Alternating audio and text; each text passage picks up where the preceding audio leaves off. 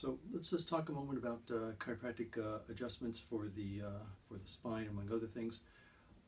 In chiropractic, there's two main types of adjustments that are traditionally done: force versus non-force. In a force type of adjustment, one will do a manipulation, twisting, cracking, popping for the neck, for the low back.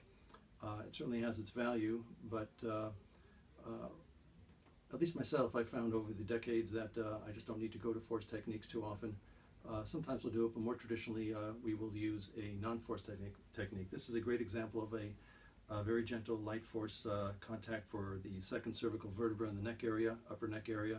It's just a gentle way to help get that neck vertebra moving better through its restricted range of motion.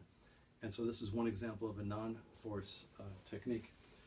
And another example of a non-force technique would be like this instrument over here. And what it does is it just puts in a gentle thrust, and so instead of the manual thrust or manipulation, the machine will just put in a thrust. You can do that by thumb thrust, for example.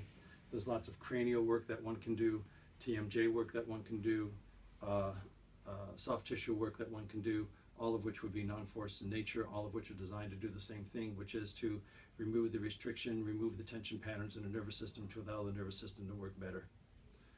And that's the basic cap on chiropractic and various adjustments.